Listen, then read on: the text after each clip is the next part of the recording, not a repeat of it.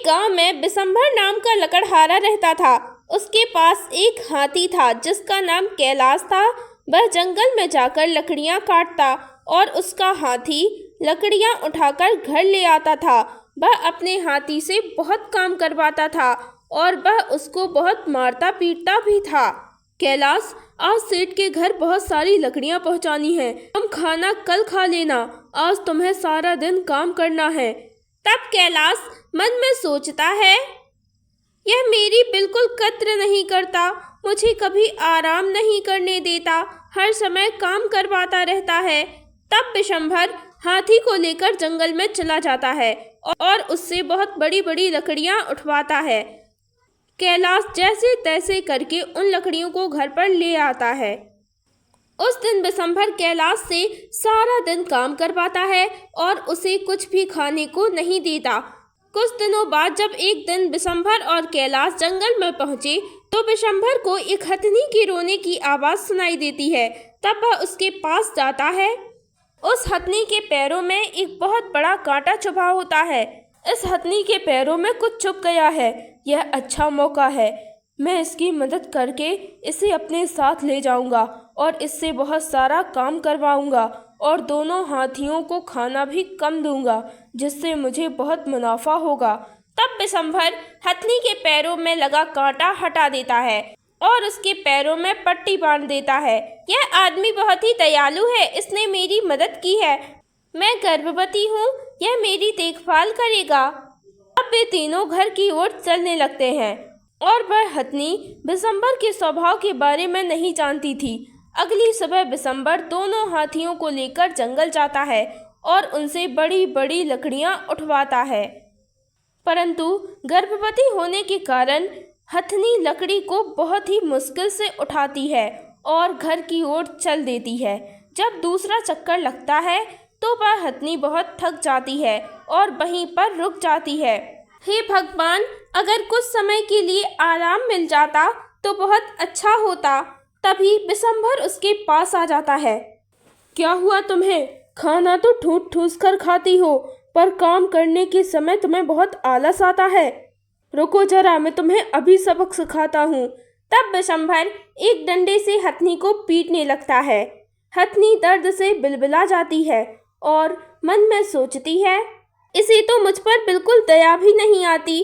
मैं गर्भवती हूँ, जानते हुए भी यह मुझसे इतना काम करवाता है। मैं तो इसे अच्छा आदमी समझती थी, परंतु यह तो मुझे बचाने नहीं मारने लाया है। यह सोचकर वह हथनी रोने लगती है और डंडे की मार से वहीं पर गिर जाती है। तब बिशंभर हथनी से बोलता है, अगर तू मर भी गई तो मुझे कोई फर्क नहीं पड़ता, मेरा काम करने के बाद ही मरना। तब बिशंभर अपने हाथी कैलाश की भी बेवजह पिटाई करने लगता है और दोनों से कहता है, तुम दोनों बहुत आलसी हो गए हो, बीच बीच में तुम्हें डंडे पड़ेंगे, तभी तुम सुधरोगे। मैं अभी सेठ के पास जा रहा हूँ, जब तक मैं वापस आऊँगा यह सारे काम खत्म हो जाने चाहिए। यह सुनकर हथनी और कैलाश दुखी हो जाते हैं। तो कैलाश हथनी से बोलता है, तुम चिंता मत करो, मैं सारा काम कर दूंगा, तुम आराम करो। ऐसा कहकर कैलाश अकेले ही सारा काम करने लगता है। थोड़ी देर बाद बिशंभर भी आ जाता है।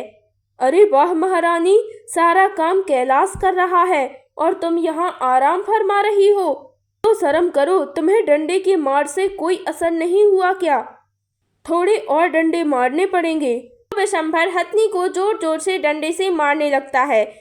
बेचारी हथनी असहाय अवस्था में स्वयं को कोसते हुए रोने लगती है। उस रात हथनी रोते हुए कैलाश से कहती है, मैंने कौन से बुरे कर्म किए थे जो मुझे इतने दुख भोगने पड़ रहे हैं। हमारे मालिक जैसा क्रूर व्यक्ति मैंने आज तक नहीं देखा। भगवान हमारी मदद करो। तभी ये सारी बातें एक परी सुन लेती है और उनके पास आती है और उनके पास जाकर कहती है, क्या हुआ तुम दोनों को?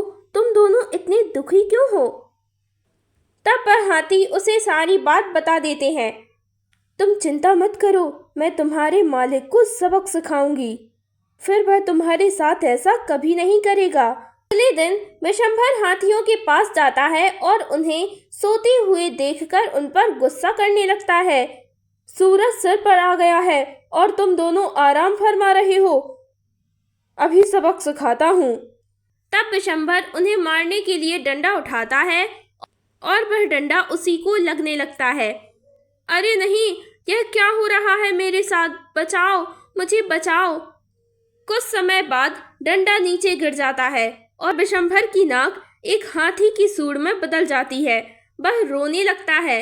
अरे, यह क्या हो गया मेरे साथ? हे भगवान, मेरी रक्षा करो। मैं अपने आप ही लकड़ियां उठा रहा हूँ। कुछ ही देर में विशंभर सारी लकड़ियां उठा देता है और वह बहुत ही थक जाता है। इसीलिए वह पास के तालाब में पानी पीने जाता है, परंतु उसकी सूंड की वजह से वह पानी नहीं पी पाता। वह खाना खाने की कोशिश करता है, तब वह खाना भी नहीं खा पाता। इस तरह वह बहुत उदास हो जाता है और रोने लगता है। इस तरह 2 दिन बीत जाते हैं। इन 2 दिनों में विशंभर ने ना कुछ खाया और ना ही कुछ पिया, इसलिए वह बहुत ही कमजोर हो जाता है। तो उसके सामने परी आ जाती है। मुझे बहुत प्यास लगी है, पानी पानी दो मुझे। तब परी विशंभर से कहती है, तुम्हें पता चला कि तुम हाथियों को कितना तंग करते थे। मुझे माफ कर दो और मुझे पहले जैसा कर दो। मैं दोबारा ऐसा कभी नहीं करूँगा। मैं अपने हाथियों की अच्छे से देखभाल करूँगा। तो तुम्हें अच्छा सबक मिल चुका है। अब मैं तुम्हें ठीक कर रही हूँ, पर अगर तुमने दोबारा हाथियों को तंग किया तो दोबारा मैं तुम्हारी नाक हाथी की सूंड में बदल दूंगी। तब वह परी उसे पहले जैसा कर देती है और विशंभर अपनी हाथियों के साथ खुशी से रहने लगता है और उनकी अच्छे से देखभाल भी करता है।